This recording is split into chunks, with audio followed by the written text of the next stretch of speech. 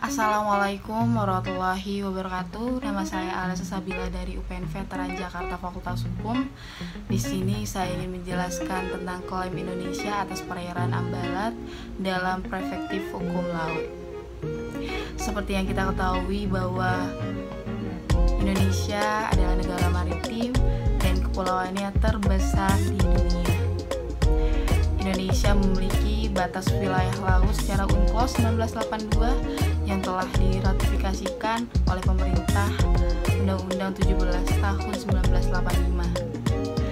Dalam hal ini membuktikan bahwa 2/3 seluruh wilayah Indonesia adalah lautan, yang dimana kepulauannya itu 17.506 yang telah tersebar di seluruh wilayah Indonesia. Seperti yang kita ketahui, sengketa permasalahan ini adalah Kepulauan Ambalat, yang dimana Kepulauan Ambalat ini terdapat di Selat Makassar dan Laut Sulawesi yang luasnya 15.235 km persegi, yang terdapat minyak dan gas yang dapat dihasilkan sampai 30 tahun ke depan. Menurut Indonesia, wilayah batas yang telah ditentukan oleh Malaysia telah melebihi garis ZEE yang sudah diatur seluruh 200 mil laut. Dengan ini alasan Indonesia bahwa wilayah Blok Ambalat telah dimiliki Indonesia, yang dibuktikan dalam penandatanganan perjanjian tapal batas yang tanggal 27 Oktober 1969 yang telah ditandatangani Kuala Lumpur, yang telah diratifikasikan pada tanggal 7 November 1969. Dalam hal ini bisa disebut dengan dasar hukum yang telah yang dimiliki oleh Indonesia. Pada tahun 1980, Indonesia telah mengeluarkan protes bahwa Malaysia telah melanggar karena telah dinilai sebagai politis dan tidak ada dasar hukumnya. Dan Malaysia mendeklarasikan pada tanggal 1979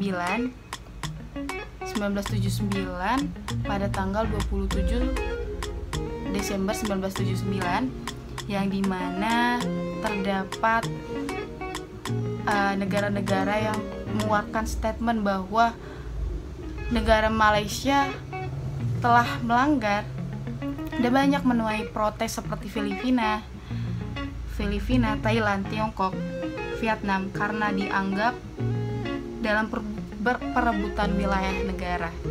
Dan Malaysia ini biasa disebut kepulauannya ini dia menyebutnya itu tuh ND6 dan ND7.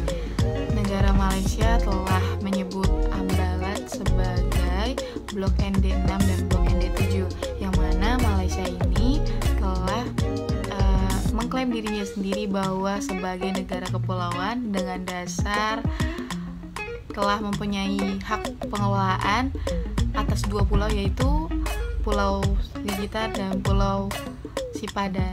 Nah, kedua pulau tersebut telah sesuai dengan keputusan akhir ICJ nomor 102 tahun 2002 sebagai negara pantai biasa oleh pengaturan United Nations Convention on the Law of the Sea 1982. Dalam hal ini menyatakan bahwa negara Malaysia hanya diperbolehkan menarik garis pangkal lurus atau garis pangkal biasa. Karena alasan ini sebenarnya Malaysia itu tidak diperbolehkan menarik garis lautnya dari Laut Sipadan hingga Laut Ligitan, yang mana bahwa Malaysia adalah bukan negara pantai. Secara de jure de facto, kasus Ambalat sangat sulit dicarikan penyelesaiannya. Hal ini disebabkan oleh konfigurasi geografis dari wilayah Ambalat. Secara yuridis, Indonesia diuntungkan dalam 47 UNCLOS sebagai negara kepulauan yang mana Indonesia bisa menarik garis batas terluar di pulau-pulaunya itu sebagai patokan wilayah kedaulatannya. Ada 4 langkah yang dapat diambil untuk menyelesaikan sengketa wilayah Ambalat tersebut. Yang pertama, melalui perundingan bilateral, yaitu memberikan kesempatan kedua belah pihak untuk menyampaikan argumentasinya tentang wilayah yang disengketakan dalam forum bilateral. Yang kedua, jika gagal maka perlu dilakukan cooling down dan selanjutnya masuk ke langkah kedua dengan menetapkan wilayah sengketa sebagai status quo dalam kurun waktu tertentu.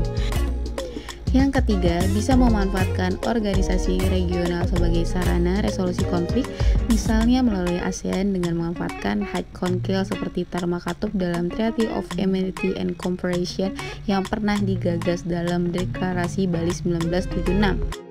Dan yang keempat, bisa membawa kasus itu ke mahkamah internasional. Indonesia harus mampu menunjukkan bukti yuridis dan fakta-fakta yang kuat. Peluang untuk memenangkan sengketa itu cukup besar. Pasal-pasal yang ada pada UNCLOS 1982 cukup menguntungkan Indonesia. Nah ini nih, Malaysia dan Indonesia telah sepakat untuk menyelesaikan sengketa dengan menggunakan metode perundingan atau penyelesaian diplomatis. Dan seperti yang kita ketahui bahwa kalau misalkan sengketa ini masih terus berlanjut, pasti harus adanya bantuan pihak ketiga yang mana untuk menyelesaikan negosiasi tersebut. Terdapatnya 3 faktor eskalasi konflik Malaysia dan Indonesia memungkinkan terdapatnya faktor yang